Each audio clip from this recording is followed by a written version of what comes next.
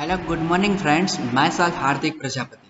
I warmly welcome to you from Sri Shusha College of Commerce, Management and Computer Education. Today, our subject is that Principle of Macroeconomics in Become Department SEM 3. Today, we are learning about bank now provides certain service to their customers as well as non-customers. Their services can be called unconventional or non-traditional service. એટલે કે બેંકની અંદર અનકન્વેન્શનલ અને non traditional જે services છે એને આપણે આ વિડીયોની અંદર કવર કરવાના છીએ. તો પ્રીવિયસ વિડીયોની અંદર આપણે વાત કરી ગયા છીએ service of safe deposits. Second point હતો સર્વિસ ઓફ રેફરન્સ કસ્ટડી. એની વાત આપણે કરી ગયા હતા. તો આજે છે એ થર્ડ પોઈન્ટથી આપણે છે એની સ્ટડી કરવાનું છે. તો કે કયા કયા કન્વેન્શનલ અને નોન ટ્રેડિશનલ છે તે વર્ક કરે છે, સર્વિસ પ્રોવાઈડ કરે છે આપણને. કોર બેન્કિંગ છે તે આપણે કોર બેન્કિંગની પણ પ્રીવિયસ વિડીયોની અંદર જ વાત કરી હતી. ઓકે, ચલો let's start. Third point, sending money to other place.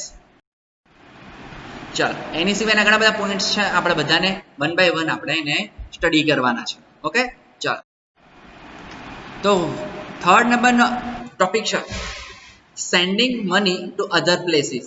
એટલે કે હવે થર્ડ નંબરની આપણને સર્વિસ પ્રોવાઈડ કરે છે બેંક સાથે. કઈ? તો એક જગ્યાએથી બીજી જગ્યાએ મની ટ્રાન્સફર કરાવવું. તો કે યસ, કઈ રીતના થાય છે તો એની ચર્ચા કરીએ આપણે. Commercial banks provide the service of sending money to other place through the bank drafts, mail transfer, etc. Commercial bank છે તે એક જગ્યાએથી બીજી જગ્યાએ પૈસાને ટ્રાન્સફર કરે છે, મની ટ્રાન્સફર કરી શકે છે. તો કે યસ, કઈ રીતના? તો ડ્રાફ્ટના ઉપયોગની સાથે અથવા મેલ ટ્રાન્સફરથી યા બીજા કોઈ ઓપ્શન છે તેની સાથે. Demand draft or bank's draft is an order issued to the other bank to pay money to the drawer. એટલે કે જે ડિમાન્ડ ડ્રાફ્ટ, જેને આપણે ડીડી કહીએ છીએ, અથવા બેંક ડ્રાફ્ટ છે એના દ્વારા તમે કોઈ બીજી બેંકની અંદરથી તમે પૈસા લઈ શકો છો. જે તમને શું આપે છે તો કે ઇસ્યુ કરાવી શકો છો ડ્રોવરને, એટલે કે જે બેંકમાં પૈસા ઉપડનાર છે કસ્ટમર છે તેની પાસે.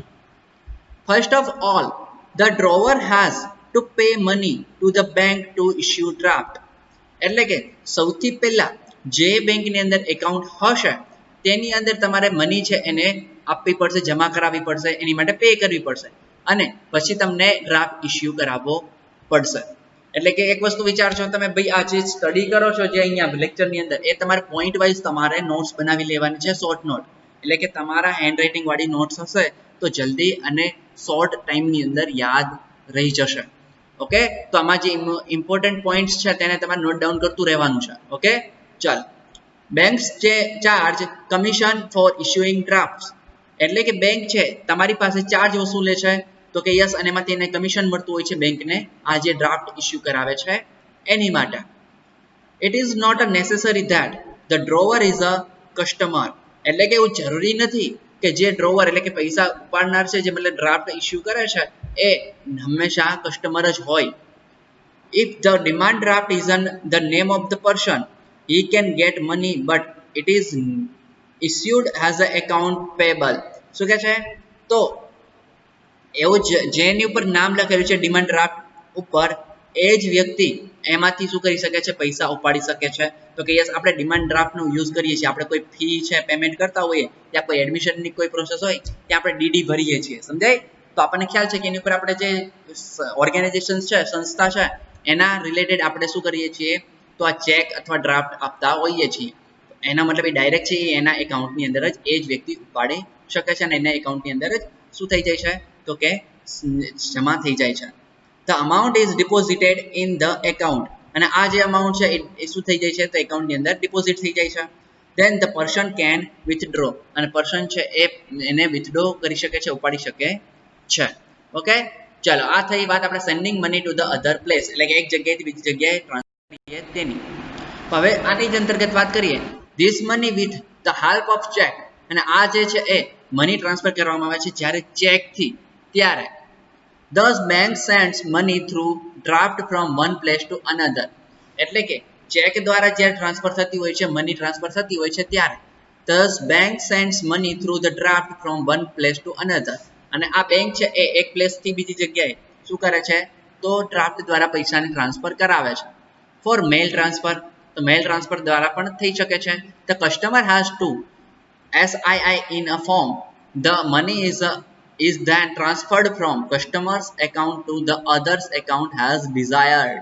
એટલે કે એક એકાઉન્ટમાંથી બીજા કસ્ટમરના એકાઉન્ટમાં જે સ્પેસિફિક હશે તેમાં જ એને ટ્રાન્સફર કરવામાં આવતું હોય છે. એટલે કે એક એકાઉન્ટમાંથી બીજા એકાઉન્ટમાં મની ટ્રાન્સફર થઈ જાય છે. This service is also very useful. આ છે એ ખૂબ જ ઉપયોગી સર્વિસ છે, સેવા છે. એન્ડ લેસ કમ્બરસોમ, તો શું કહે છે તો ઓછી છે, આપણને શું થાય છે તકલીફો પડે છે અને ઉપયોગી વધારે છે. The name and the account of the person in whose account, એટલે કે જેનું એકાઉન્ટ છે તેનું નેમ અને તેનો account number. The money is to be transferred must be intimated. એટલે કે જેનું નેમ અને જેનું એકાઉન્ટ છે તેના એકાઉન્ટની અંદર પૈસા છે, મની છે ટ્રાન્સફર કરવામાં આવતું હોય છે. Banks inform the other branch through post, એટલે કે બેંક જ્યારે આવી રીતના આવી રીતના ટ્રાન્સફર કરે છે મનીને ત્યારે બેંક છે તે બીજી બ્રાન્ચને મતલબ બીજી જે અધર બેંક છે તેને ઇન્ફોર્મ કરે છે મેલ દ્વારા. And amount in ડિપોઝિટેડ in other person account, અને પછી આવી રીતના ઇન્ફોર્મ કરે છે અને પછી તો એ જે પણ વ્યક્તિને જે પણ સેકન્ડ પર્સન છે તેને એકાઉન્ટની અંદર ટ્રાન્સફર ડિપોઝિટ કરાવી દેવામાં આવે છે જે મની છે તેને. ઓકે, ચાલો આવી રીતના પ્રોસેસ થતી હોય છે તો કે સેન્ડિંગ મનીની one place to another place, એટલે કે એક એકાઉન્ટમાંથી બીજા એકાઉન્ટની અંદર. ઓકે, ચાલો એટલે કે આપણે ડિમાન્ડ ડ્રાફ્ટની વાત કરીએ તો આપણે શું કરીએ છીએ તો આપણું જ્યાં એકાઉન્ટ હોય ત્યાંથી આપણે ડીડી લઈએ છીએ અને ડીડી છે એ શું કરીએ છીએ ડીડી લઈને આપણે એની અંદર જે એનું પેમેન્ટ છે એનું ટાઇટલ છે એ આપણે લખી દઈએ છીએ અને જે આપણે ઓર્ગેનાઇઝેશન સંસ્થા છે જ્યાં આપણે એડમિશન લેવાનું હોય છે તેને આપીએ છીએ, આ કોઈ અધર પર્સન છે તેને આપી દઈએ છીએ એના નેમથી. એટલે એનો મતલબ એ વ્યક્તિ એને એકાઉન્ટની અંદર એ જમા કરાવી લેશે. તો કે યસ, એટલે કે આવી રીતના મેલ અને ટ્રાન્સફર મની ટ્રાન્સફર પોસિબલ થાય છે. ઓકે, ચાલો નેક્સ્ટ વાત કરીએ આપણે નંબર 4. તો નંબર 4 શું છે તો નંબર 4 છે એની ચર્ચા કરીએ આપણે. Issue of credit letters, travellers check etc. એટલે કે હવે ક્રેડિટ લેટર ઇસ્યુ કરાવવા હોય એ અને ટ્રાવેલ લેટર ચેક્સ છે એ ઇસ્યુ કરાવવા હોય તો એ કઈ રીતના થઈ શકે, એને આ સર્વિસ કઈ રીતના આપણને પ્રોવાઈડ કરાવતા હોય છે બેંક છે તે. ચાલો તો એની ચર્ચા કરીએ. Banks issue credit letters, recommendation letters, travellers check ATC. Bank છે તે ઇસ્યુ કરતી હોય છે શું તો કે રિકમેન્ડેશન લેટર ઇસ્યુ કરે છે, ટ્રાવેલર્સ ચેક છે એને ઇસ્યુ કરતું હોય છે. To extend their service to the people, એટલે કે માણસોની અંદર પીપલની અંદર જે વ્યક્તિઓની અંદર વધારે સર્વિસ સારી રીતના વધારી શકે એટલા માટે ટ્રાવેલર્સ ચેક અને રિકમેન્ડેશન લેટર અને ક્રેડિટ લેટર્સ છે એને સેવા પૂરી પાડતી હોય છે bank. Credit letter is a request letter written to its representative banks in other place or abroad. એટલે કે ક્રેડિટ લેટર છે એ આ તમારે કઈ પોઈન્ટ આઉટ કરજો ક્રેડિટ લેટર શું કરે છે, what is the function of credit letter, તો એ અહીંયા આપણને આવી જાય છે. એટલે કે આવા પોઈન્ટ્સ છે તમારે શોર્ટ નોટ્સ તમારે બનાવી લેવાની છે આની, સમજાય ટોપિકની. ચલો તો credit letters is a request letter return to its representative banks in other place. એટલે કે ક્રેડિટ લેટર છે ને એક રિટર્નમાં આવેલો એક લેટર છે જે તમારા રિપ્રેઝેન્ટેટિવ છે તેને શું કરે છે કોઈ બીજી જગ્યાએ કોઈ બીજી સિટીની અંદર તમે ત્યાં એને મની મળી શકે એટલા માટે. It states that a certain person should pay money of the check within the limit prescribed and collect the money from the drawer bank. એટલે કે આ એક પ્રકારનો એવો લેટર છે કે જેના દ્વારા તમે શું એની ઉપર લખેલું જે નામ છે અને પ્રિસ્ક્રાઇબ્ડ લિમિટ એટલે કે જેની ડેટ લખેલી છે ત્યાં સુધીમાં એ મની છે તેને મળી જવી જોઈએ અને જે પણ વ્યક્તિનું નામ છે એને શું થાય છે એનું ડ્રોવરનું નામ છે તે ડ્રોવરને આપી દેવામાં આવતી હોય છે મની. ઓકે, એટલે કે તમે એબ્રોડ જાઓ છો, એબ્રોડ ગયા છો એટલે કે કોઈ બીજા દેશની અંદર બીજા સિટીની અંદર યા બીજા રાજ્યની અંદર હોય છો ત્યારે તો આવા જે લેટર્સ છે ક્રેડિટ લેટર એ તમારા ઉપયોગી બને છે. Credit letters are of two types. હવે આ ક્રેડિટ લેટર છે એટલે ક્રેડિટ લેટર એટલે શું, એક ખ્યાલ આવી ગયો. એક રિટર્ન ફોર્મ છે જેની ઉપર ડ્રોવરનું નેમ લખેલું હશે અને એની ઉપર તો કે શું લખેલું હશે, મની લખેલી હશે. તો આટલી મની છે એ તમારે શું કરવાની હોય છે, વિથડ્રો કરાવી શકો છો. ઓકે, તો એ વાત અહીંયા આપણને કહેવામાં આવે છે અને એ જ વાત અહીંયા રજૂ કરી છે. ઓકે ચલો, તો નેક્સ્ટ વાત કરીએ તો આ બે કયા લેટર હશે ક્રેડિટ લેટરના ટાઈપ્સ, તો એની ચર્ચા. First is the credit letter four travellers, એટલે કે જે ટ્રાવેલિંગ કરતા હોય અને ક્યાંક ફસાઈ જતા હોય છે, પૈસા ના મળે અથવા કોઈ એટીએમ નથી એવા કોઈ એરિયાની અંદર છે ત્યારે. અને ગેરંટી બેઝડ ક્રેડિટ લેટર એટલે કે ગેરંટી વાળું ક્રેડિટ લેટર હોય છે. તો આ મતલબ બે લેટર આપણે યાદ રાખવાના છે, credit letter four travellers and guarantee based credit letter. Okay ચલો, credit letter for travelers are request to representative banks to pay amount of the check. એટલે કે જ્યારે ક્રેડિટ લેટર ફોર ટ્રાવેલર્સ હોય છે, આ છે ચેક, આ ક્રેડિટ લેટર છે, આ લેટરની અંદર શું હોય છે, તો એની અંદર એક રિક્વેસ્ટ કરેલી હોય છે રિટર્ન ફોર્મની અંદર બેંકે, તો કે યસ, અને એના દ્વારા છે એ તો કે કોઈ પણ બેંકની અંદર એ જશે જે પણ રિલેટેડ બેંકની અંદર, તો ત્યાંથી તેને પૈસા મળી રહે છે અને એ ચેક જમા કરાવી શકે છે. તો કે યસ. ચલો, ધ બેન્કર ડ્રોવર એટલે કે બેન્કર જે છે તે ડ્રોવર છે તે શું કરે છે, pays the amount to the representative bank. એટલે કે જ્યારે તમે એક રિપ્રેઝેન્ટેટિવ બેંક છે તમારી, ત્યાંથી તમે એને પે કરો છો અને તમે શું કરી શકો છો, જ્યારે લેટર આપે તમે લેટરને તમે કોઈ બીજી બેંકની અંદર જ્યાં તમે ફસાઈ ગયા છો ત્યાં આપો, ત્યારે તમને ત્યાંથી મની મળી જાય છે.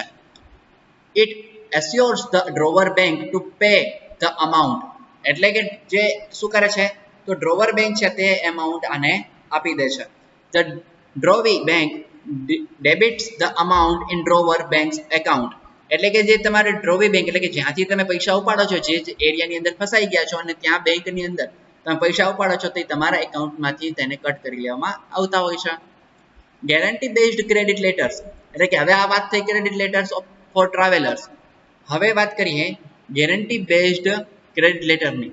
તો require security has a play, તો શું કહે છે, તો એક આ બાંહેધરી પત્ર હોય છે. તો કે yes, the total amount of the credit letter is to be paid to the bank, એટલે કે જે ટોટલ અમાઉન્ટ છે એને તમને આપી દેવાની હોય છે બેંકને.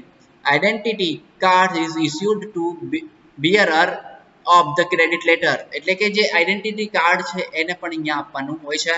This service helps to obtaining money in foreign countries, અને આ છે એ તો કે ફોરેન કન્ટ્રીની અંદર રહેલી મનીને જાણવા માટે ઉપયોગી છે guarantee based credit letter. Okay, તો ક્રેડિટ લેટર બે પ્રકારના હોય છે, આ વસ્તુ યાદ પોઈન્ટ આઉટ કરી લેજો. ફર્સ્ટ છે credit letter four travellers and second છે ગેરંટી બેઝડ ક્રેડિટ લેટર, અને બંનેનો ઉપયોગ ક્યારે થાય છે એની આપણે ચર્ચા કરીએ, એટલે કે એની પણ તમારે પોઈન્ટ આઉટ કરી લેજો. વન લાઈનની અંદર, સિંગલ લાઈનની અંદર લખી લેવું, સમજાય, એટલે યાદ રહી જશે અને શોર્ટ ફોર્મની અંદર નોટ્સ પણ બની જશે સારી. ઓકે ચલો, નેક્સ્ટ વાત કરીએ રિકમેન્ડેશન લેટર. તો હવે આ રિકમેન્ડેશન લેટર એટલે શું, તો it is the different from credit letters, એટલે કે આપણે જે ક્રેડિટ લેટરની વાત કરીએ એની કરતા જે રિકમેન્ડેશન લેટર છે થોડાક અલગ છે. It is the return to gate currency of A country, આ છે એ તો કે શું કરે છે, એક રિટર્ન ફોર્મ છે કરન્સીનું જે તમને કોઈ પણ દેશની અંદર હોય છો ત્યાં. The amount of currency is mentioned in it, એટલે કે કેટલી કરન્સી છે એની અમાઉન્ટ ત્યાં લખેલી હોય છે. There are instructions to representative banks by the drawer banks and the name of the bearer is recorded, એટલે કે જે રિપ્રેઝેન્ટેટિવ છે તે રિપ્રેઝેન્ટેટિવ બેંક છે તે અને જે ડ્રોવર્સ બેંક છે તે બંનેના નામ ત્યાં પોઈન્ટ આઉટ કરેલા હોય છે, લખેલા હોય છે રિટર્ન ફોર્મની અંદર. તો કે યસ, આને કહેવાય રિકમેન્ડેશન લેટર. ઓકે ચાલો, હવે નેક્સ્ટ વાત કરીએ ટ્રાવેલર્સ ચેક, એટલે કે ટ્રાવેલર્સ ચેક એટલે શું, તો travellers cheques are useful in travelling, તો જ્યારે તમે ટ્રાવેલિંગ કરતા હો છો, મુસાફરી કરતા હો છો ત્યારે આ તમારે ખૂબ જ ઉપયોગી છે. One does not requires to carry large amount of money, ત્યારે કોઈ એક વ્યક્તિ છે ઘણી બધી પૈસા છે સાથે લઈને ફરી શકે નહીં. They are issued by the bank for certain amounts, અને એ કેટલીક અમાઉન્ટ માટે આવા જે ટ્રાવેલર્સ ચેક છે એને ઇસ્યુ કરતા હોય છે બેંક છે તે. Customers have to sign them in presence of the bank, એટલે કે શું કે છે, જ્યારે કસ્ટમર છે એ બેંકની પોતાની હાજરીમાં બેંક સામે સાઇન કરતું હોય છે. The customers have to sign this check again in presence of the paying banker. એટલે કે જ્યાં તમે આ ટ્રાવેલર્સ ચેક ઇસ્યુ કરાવો છો તે ત્યાં પણ તમારે સાઇન કરીને આ ચેક છે એને કલેક્ટ કરવાનો છે અને આ ચેક તમે જ્યારે વિથડ્રો કરાવો જે પણ બેંકની અંદર જ્યાં પણ તમે જે પણ સિટીની અંદર ટ્રાવેલિંગ કરો છો એ સિટીની અંદર ત્યારે પણ તમારે સાઇન કરવાની હોય છે અને ત્યાંથી તમને એ તમારે શું થાય છે તમારા પૈસા છે તમને વિથડ્રો થઈ શકે છે. This is the necessary to avoid the unlawful person withdrawing the amount. એટલે કે આ ખૂબ જ જરૂરી છે આ મતલબ જે તમે સાઇન કરો છો સિગ્નેચર એ ખૂબ જ જરૂરી છે શું કામ તો કે અનલોફુલ પર્સન છે એટલે કે કોઈ બીજો બિનકાયદાકીય વ્યક્તિ છે એ પૈસા ઉપાડી જાય એની ન થાય એવું એટલા માટે છે એ આ પ્રોસેસ છે એ સારી છે જરૂરિયાત છે આવી પ્રોસેસની. This is the necessary to avoid the unlawful person withdrawing the amount. એટલે કે કોઈ બીજો વ્યક્તિ પૈસા ના ઉપાડી જાય એની માટે આ પ્રોસેસ જરૂરી છે. If the signature are different, જો સિગ્નેચર અલગ પડે એટલે કે તમે અહીંયા સાઇન કરી છે અને પછી ટ્રાવેલિંગ દરમિયાન તમે બીજી કોઈ જગ્યાએ જાઓ અને ત્યાં સાઇન કરો છો તો અલગ પડે તો શું થાય છે the banker can refuse to pay. તો તમને બેંક છે એ પૈસા આપવાની મનાઈ કરી દેશે ના પાડી દેશે. તો કે યસ સમજાય શું કામ તો કે એનું રીઝન છે કે માની લ્યો કે ટ્રાવેલર્સ ચેક છે એ કોઈ વ્યક્તિ દ્વારા પડી જાય છે અથવા એને છે એ તો કે ચોરી થઈ જાય છે તો કોઈ બીજો વ્યક્તિ એના પૈસા ઉપાડી શકે નહીં એટલા માટે આ જરૂરી છે. Customer have to pay money to the bank to get the travellers cheque issued by the bank. Banks do not charge any commission for them. એટલે કે બેંક આ ટ્રાવેલર્સ ચેક માટે કોઈ પ્રકારનો ચાર્જ વસૂલતું નથી. Bank issued travellers cheque to non customers also. એટલે કે જે કસ્ટમર નથી બેંકના એની માટે પણ આ બેંક છે એ આ સર્વિસ પ્રોવાઈડ કરતી હોય છે. મતલબ તમારું એકાઉન્ટ એસબીઆઈમાં છે અને તમારે બીઓબીમાં જઈને ટ્રાવેલર્સ ચેક લેવો છે તો તમને મળી શકે છે. ઓકે ચાલો નેક્સ્ટ વાત કરીએ નંબર 5th. તો 5th નંબરની વાત કરીએ ટ્રાન્ઝેક્શન રિગાર્ડિંગ ફોરેન એક્સચેન્જ. હવે ફોરેન એક્સચેન્જની અંદર શું થાય છે એની ચર્ચા કરીએ. Indian commercial banks now works for foreign exchange also. ભારતની બેંકો છે એ હવે વિદેશમાં પણ એક્સચેન્જ કરી રહી છે. Many Indian banks deal with other international banks.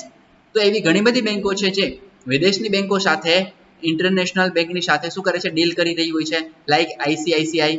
તો એ બધા દેશોની અંદર પોતાની બ્રાન્ચો છે સમજાય તો કે યસ. અને ઇન્ટરનેશનલ બેંક અને foreign banks for foreign exchange transaction. એટલે કે ફોરેન એક્સચેન્જ ટ્રાન્ઝેક્શન માટે આ ઇન્ટરનેશનલ બેંક અને ફોરેન બેંક છે કામ કરી રહી હોય છે. Commercial banks provide credit for foreign trade in the following manners.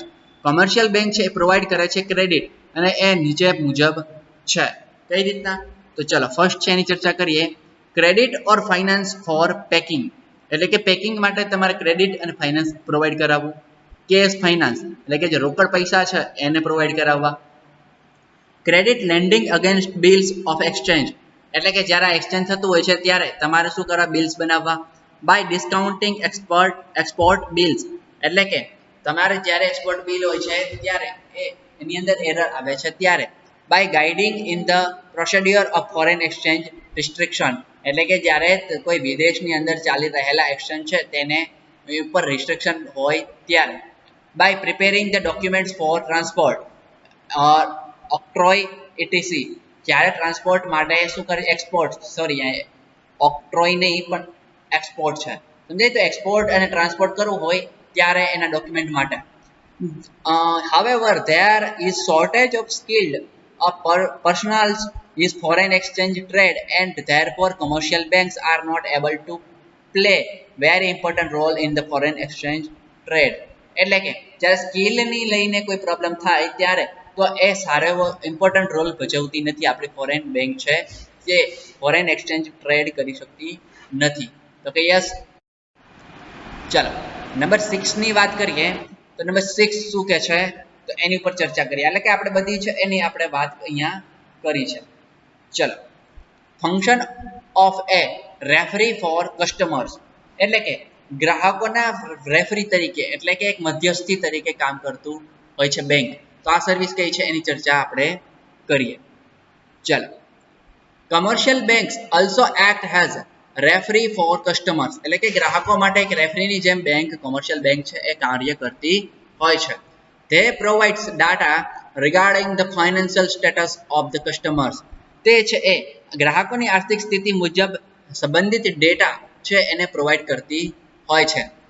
Thus, bank can play an important role in a buying and selling process. Bank છે એ તમારો ઇમ્પોર્ટન્ટ રોલ ભજવતી હોય છે તમે કોઈ પણ જે ખરીદી કરો છો અથવા વેચાણ કરો છો તે પ્રોસેસમાં. When the buyer is unknown to the seller, એટલે કે જ્યારે ખરીદનાર વિક્રેતા માટે અજાણ હોય છે ત્યારે the sellers would require the information regarding the creditor worthiness of the customer. એટલે કે જ્યારે વેચાણકર્તાઓને ગ્રાહકની લેણદેણની સંબંધિત માહિતીની જરૂર રહે છે ત્યારે બેંક આ સર્વિસ પ્રોવાઈડ કરતી હોય છે. The banks give such a information which is based on financial data of the customer and therefore it is a more reliable. એટલે કે તમે કોઈ અજાણ્યા વ્યક્તિ સાથે બાઇંગ પ્રોસેસ અથવા સેલિંગ પ્રોસેસ કરતા હોય ત્યારે તમારે આ અજાણ્યા અનનોન પર્સન છે તેનો ડેટા જરૂરી હોય છે જે તમને બેંક પ્રોવાઈડ કરાવતી હોય છે. There are very few risks involved when such a credit transaction are made based on such a reference. એટલે કે જ્યારે શું થાય છે આવા સંદર્ભોમાં જ્યારે ક્રેડિટ ટ્રાન્ઝેક્શન કરવામાં આવે છે ત્યારે તેમાં ઘણા ઓછા જોખમો સામેલ હોય છે. ઓકે ચાલો એટલે કે જ્યારે function of referees for a customer એટલે કે બેંક છે એ કસ્ટમર માટે એક રેફરી તરીકે કામ કરતું હોય છે. શું કામ? તો કે એનું કારણ છે કે આ છે એ મધ્યસ્થી તરીકે કામ કરે છે. જે અનનોન પર્સન સાથે તમે સેલિંગ અને બાઇંગ પ્રોસેસ કરતા હોય છો તો એની સાથે એનો અનનોન પર્સનનો ડેટા તમારી પાસે હોવો જરૂરી છે. તો આ ડેટા કલેક્ટ કરવાનું કાર્ય કોણ કરે છે? તો બેંક છે તે. એટલા માટે એક રેફરી તરીકે પણ પોતાની ઇમ્પોર્ટન્ટ રોલ ભજવે છે આપણી બેંક છે તે. ઓકે ચાલો તો અહીંયા આપણો આ નંબર 6 પોઈન્ટ છે એને પૂરો થાય છે. તો કે યસ આના જે ઇમ્પોર્ટન્ટ ફંક્શન્સ છે એને આપણે નેક્સ્ટ વિડીયોની અંદર વાત કરીશું. ઓકે ચાલો તો અહીંયા આપણા લેક્ચર પૂરો થાય છે. ફરીવાર મળીશું નવા લેક્ચરની સાથે. Thank you very much.